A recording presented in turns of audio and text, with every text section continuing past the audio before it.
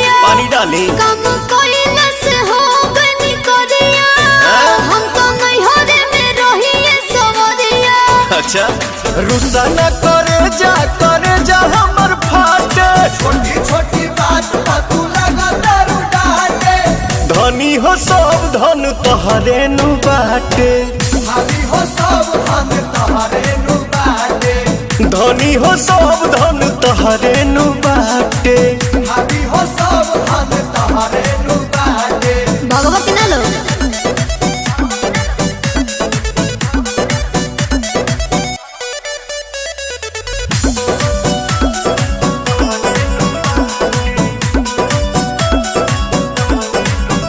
दांत पीसी के खीसी में साने लुआटा तू प्यार के अचार जस कोई दे लुखाटा। हाँ तो सुना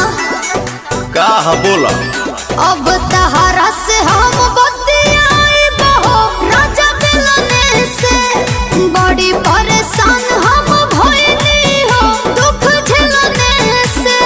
लागे लू प्याज ढक दांत से काटे धनी हो सब धन तोहरे नु बाटे भाभी हो सब धन तोहरे नु बाटे धनी हो सब धन तोहरे नु बाटे भाभी हो सब धन तोहरे नु बाटे।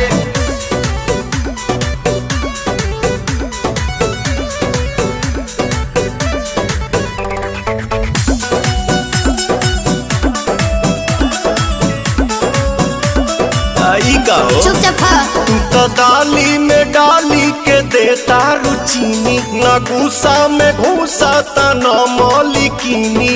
अच्छा और अपने से बना के खा एक रस निक असुर होती हो बिना गवने के पवन करम हम कोई नहीं हो भइनी पवने के। हाँ तो हमारा सुना तो बोलिए तो भइल बाबी आह न ले आई नहीं बलाते तबो ये धन धन तोहरे नु बाटे भाभी हो सब धन तोहरे नु बाटे धनी हो सब